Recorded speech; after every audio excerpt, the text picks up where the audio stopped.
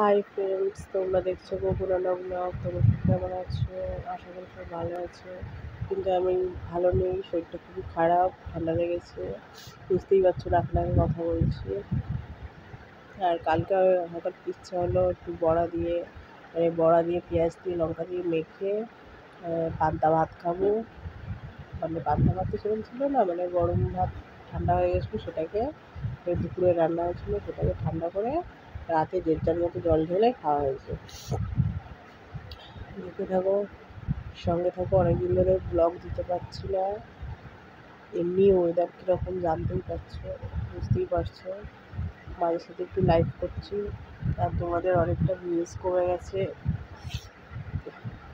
Like like comment অনেকটা কমে যাচ্ছে, তারপরে তোমার ভিউজ তো কমেই গেছে, আর সাবস্ক্রাইবগুলো খুব একটা হচ্ছে না, মানে যে তুলনায় বাড়ছিলো সেই তুলনায় কিন্তু বাড়ছে না।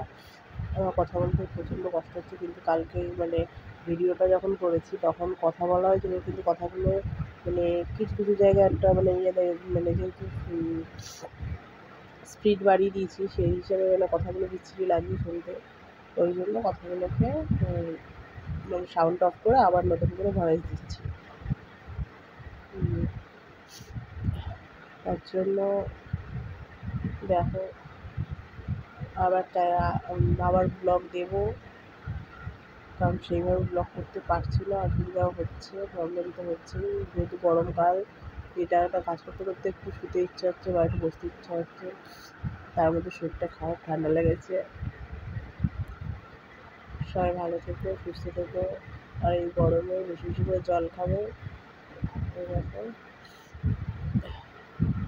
কালকে তো সারা রাত ঘুমাতে পারিনি, এত কষ্ট হচ্ছে, প্রচুর কষ্ট হচ্ছিল কালকে। আজকে আবার সকালবেলা উঠে অনেকগুলো কাচাকুচি করেছি, তারপরে এখন আবার শরীরটা খারাপ লাগছে, শুয়ে পড়েছি। এই ভিডিওটাতে মানে ব্লগটা ছাড়ার পরে একটু লাইভে আসছি, তোমার সঙ্গে থাকে, লাইভটাতে জয়েন হয়ে। ওকে, থ্যাংক ইউ।